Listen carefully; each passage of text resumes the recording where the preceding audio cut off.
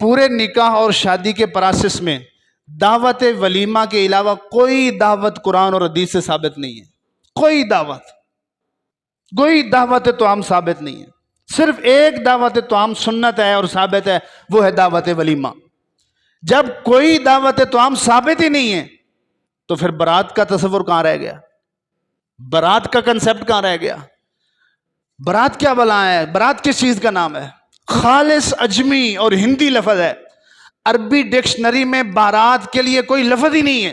قرآن حدیث تو دور کی بات ہے، قرآن اور حدیث میں بارات کے لیے کوئی لفظ ہی نہیں ہے.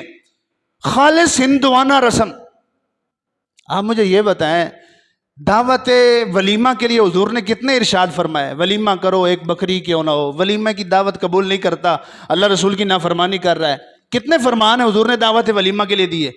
اگر لڑکی والوں کے ذمے بھی کوئی دعوت طعام ہوتی تو کیا حضور کوئی ایک آدھ ارشاد فرما نہ دیتے کہ یہ بھی دعوت ہے، اس کی فضیلت بھی ہے، اس کی بھی تاکید ہے؟ کوئی ایک فرمان، کوئی ایک جملہ، کوئی ایک لفظ. یہ سب چیزیں اصل میں ہمارے بیک گراؤنڈ اور پس منظر یہ ہے کہ ہم کئی صدیوں تک ہندوؤں کے ساتھ اکٹھے رہے ہیں. ان کی تہذیب، ان کا کلچر ہمارے اندر ایسے رچ بس گیا کہ ہم سمجھنے لگے، ہماری نسلیں سمجھنے لگی کہ یہ کہیں اسلام سے آیا ہے، ہمارے اسلاف سے آیا ہے. جبکہ اس کا کوئی، آپ تھوڑی دیر کے لیے آپ سوچیں، جو آپ میں سے والدین ہیں، جو آپ میں سے باپ ہیں، وہ اپنے سینے پر ہاتھ رکھ کے دیکھیں. جب کسی باپ کے گھر سے بیٹی کی رخصتی کا وقت ہوتا ہے، کیا وہ خوشی کا وقت ہوتا ہے؟ کیا وہ خوشی کا وقت ہوتا ہے؟ 20 25 30 سال ایک بیٹی نے، جو آپ کی لخت جگر ہے، اس نے آپ کے ساتھ گزارے ہیں. اب وہ ہمیشہ کے لیے ایک اور گھر میں جا رہی ہے، آپ سے جدا ہو رہی ہے، ایک نئے ماحول میں جا رہی ہے. کیا یہ خوشی کا وقت ہے؟ ایک وقتی طور پہ آپ کو ایک خوشی ہوتی ہے کہ میرے کندھوں سے ایک بوجھ اتر رہا ہے. یہ بوجھ اترنے کی ایک وقتی خوشی ہے، لیکن اس خوشی کے دامن میں بھی ایک اندیشہ رہتا ہے، ایک خوف رہتا ہے. پتہ نہیں گھر آباد ہوگا کہ نہیں ہوگا، پتہ نہیں نئے محلوں میں جا رہی ہے، نئے لوگوں کے پاس جا رہی ہے، نئے جو ہے وہ محلے میں جا رہی ہے، آباد ہوگی کہ نہیں ہوگی، بنے گی بات، سیٹل ہوگی کہ نہیں. یہ خوف بھی اس کے ساتھ رہتا ہے. آپ اس کی بہت بڑی دلیل دیکھیں کہ ہم اسلامی اور غیر اسلامی ساری چیزوں کو مکس کر دیتے ہیں جو یہاں پر ہو رہی ہیں. میں ایک مثال دیتا ہوں. نکاح ہوتا ہے، نکاح پڑھا جاتا ہے، نکاح کے اوپر چھوارے کون بانٹتا ہے؟ مٹھائی کون بانٹتا ہے؟ نکاح جب ہوتا ہے تو چھوارے اور مٹھائی کون بانٹتا ہے؟ لڑکے والے یا لڑکی والے؟ بولو. لڑکے والے بانٹتے ہیں نا. اور وہ جو بارات پورا لشکر بن کر آیا ہے، اور نکاح کے بعد انہوں نے تھوڑی دیر، نکاح کے بعد پھر انہوں نے لڑکی والوں سے پلاؤ اور بریانی اور وہ کھانا اور دعوت طعام اڑانی ہے. مجھے یہ بتاؤ، نکاح پر چھوارے اور مٹھائی لڑکے والے بانٹ رہے ہیں، جس نے بریانی اور پلاؤ کھلانا ہے، کیا وہ چھوارے نہیں بانٹ سکتا تھا؟ آپ اتنا دور سے چل کر آئے اور اپنے ساتھ مٹھائی اٹھا کر لے آئے ہیں اور چھوارے لے کر آئے ہیں، اور چھوارے بانٹ کے بعد میں جا کے آپ کھانا، دعوت، پلاؤ، بریانی لڑکی والے کے گھر سے کھائیں گے. کیا وہ لڑکی والا جو آپ کو پلاؤ اور بریانی کھلا رہا ہے، وہ چھوارے نہیں بانٹ سکتا تھا؟ نہیں، بس ایک رسم ہے ہندوانہ.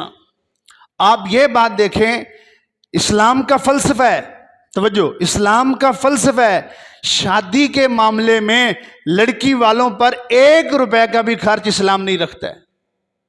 1 روپے کا بھی خرچ قرآن اور حدیث میں لڑکی والوں پر نہیں.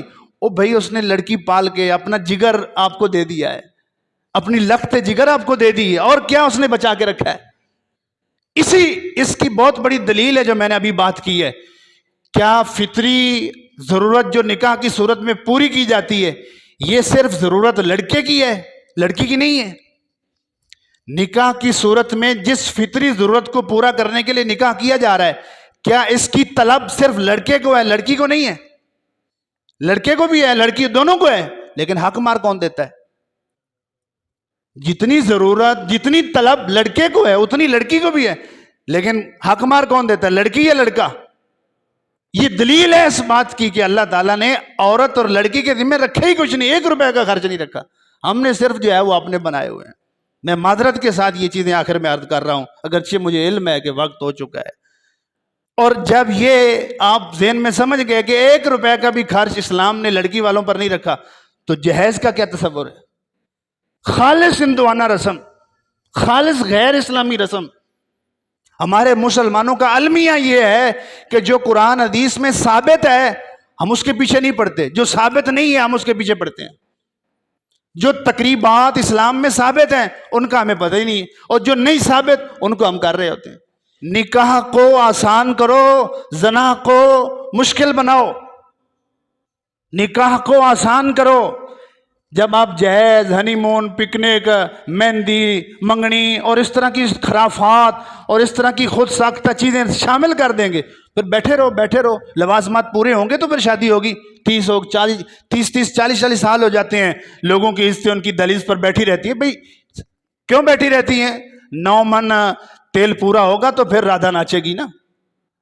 جب 9 من تیل ہی نہیں پورا ہونا تو پھر رادھا کہاں ناچے گی، کہاں اس کے ہاتھ پیلے ہوں گے.